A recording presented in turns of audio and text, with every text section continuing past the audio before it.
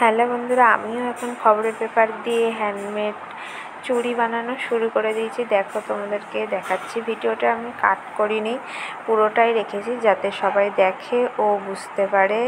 এটা খুবই ট্রেন্ডিং এখন এই ধরনের চুড়ি। এবার চুড়ির জন্য এটা বেস কিনতে হয়, কিন্তু খবরের পেপার দিয়ে বানাচ্ছি। একটু হালকা হয়, কিন্তু এমনি পরা যায় কাস্টমাইজ করে।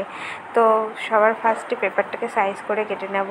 এটা বলে রাখি যে তোমরা যেই রকম মাপে করবে সেই রকম সাইজ নেবে, কারণ যদি তুমি খুবই ছোট করে নাও পেপারটা কেটে, তখন তোমার হাত অনুযায়ী খুবই পাতলা হয়ে যাবে, কারণ রাউন্ড শেপ যখন দেবে এটা পাতলা হয়ে যায়। তাই একটু বড় দেখেই পেপারের সাইজটা নেবে। তুমি রিংটা যত বেশি প্যাচ দিয়ে দেবে তত বেশি একটু মোটা হবে, তাহলে পরলেও ভালো লাগবে। আর না হলে ওটা পাতলা হয়ে গেলে চুড়ি লাগবেই না, পরতেও পারবে না। তো আমি এখানে একটা ঝাঁটা কাঠি নিয়ে নিয়েছি, নিয়ে এটাকে ঘোরাচ্ছি। এখন এটাকে ফ্যান চলছিল বলে এটা আমার খুবই ডিস্টার্ব হচ্ছিল, ও তাও করছি।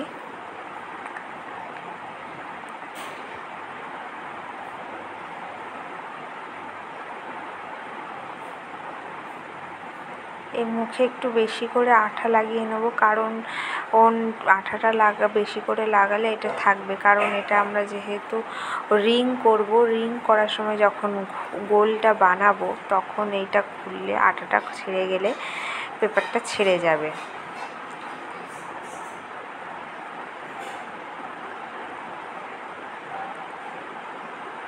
এবারে আমি এটা দেখাচ্ছি তুলির সাহায্যে। তুলির সাহায্যেও তোমরা করে নিতে পারো, যেরকম যার সুবিধা হবে।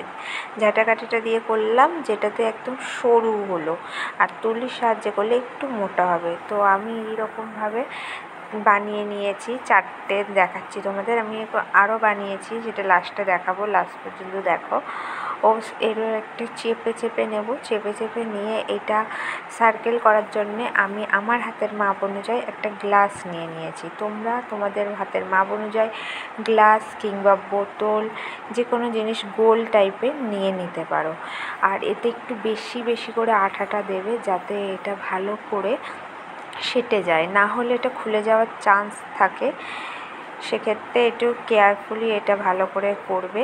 আমি মাঝে মাঝেও আঠা দিয়ে দিচ্ছি যাতে এটা ভালো করে সেটে যায় এবং খোলার ভয় না থাকে, না হলে মাঝখানে খুলে গেলে এটা খুবই বাজে হয়ে যাবে।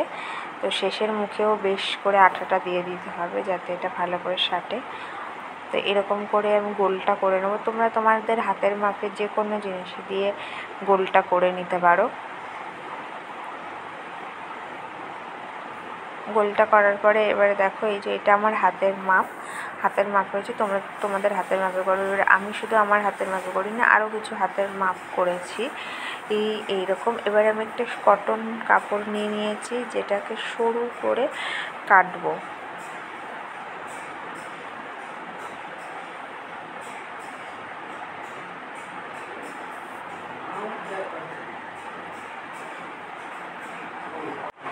এবার এর মুখে আঠা লাগিয়ে নিয়েছি, একটু বেশি করেই আঠা লাগাবো, বারবার বলছি, কারণ এটা খুলে যাওয়ার চান্স থাকে। যেহেতু এরকম এটা রিংটা আবার জড়িয়ে নেবো, কেয়ারফুলি এটা জড়াবে, কারণ সুতির কাপড়গুলো এরকম হয়, মাঝে মাঝে কাপড়গুলো ছেড়ে ছেড়ে থাকে সাইডে, তখন যখন ঘোরাবে তখন ওইগুলো যদি বেরিয়ে থাকে খুবই বাজে লাগে। তাই এমনভাবে করবে যাতে ওগুলো বোঝা না যায়।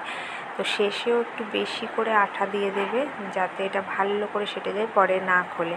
আমি এরকম করে নিয়েছি। এবার কিছু আমার কাছে পুঁতি ছিল কাস্টমাইজ করার জন্য, আমি সেইগুলো নিয়েছি, বলগুলো। তোমরা আরও অনেক ধরনের কাস্টমাইজ করতে পারবে, যেরকম এখানটায় কটনের কাপড়ের উপরে তোমরা হ্যান্ডমেড ডিজাইন করতে পারো ফেব্রিক কালার দিয়ে, বা কাঁচের যে ডিজাইনিং শেপসগুলো থাকে রাউন্ডের বা আরও যেগুলো, সেগুলো বসাতে পারো। তোমরা আরও অনেক রকমের করতে পারো। তো আমার কাছে এটাই অ্যাভেলেবেল ছিল, কিছু ছিল না। আমি এটা দিয়েই করছি, আর সুতো দিয়েই করছি, কারণ এটা অবভিয়াসলি সুতো দিয়ে করতে হবে। এমনি পুঁতি বসালেও তোমরা আঠা দিয়ে করতে পারো, কিন্তু সুতো দিয়ে করলে এটা বেশি ভালো হয়। তো এই যে আমার কাছে সব এবার নিয়ে বসেছি। তো আমার বেসিক্যালি এই ব্ল্যাকটা ভালো লেগেছে, এটাই আমি আমার ড্রেসের সাথে কাস্টমাইজ করেই বানিয়েছি। তো আমি যখন ড্রেসটা পরবো তখন দেখাবো আর ওটার সাথে এটা। আরও যেগুলো বানিয়েছি শুধু আমার হাতের মাপ নেই, আরও অনেক হাতের মাপ আছে, অনেক রকমের আছে। তো এগুলোকে এখনও কাস্টমাইজ করা হয়নি। Thank you.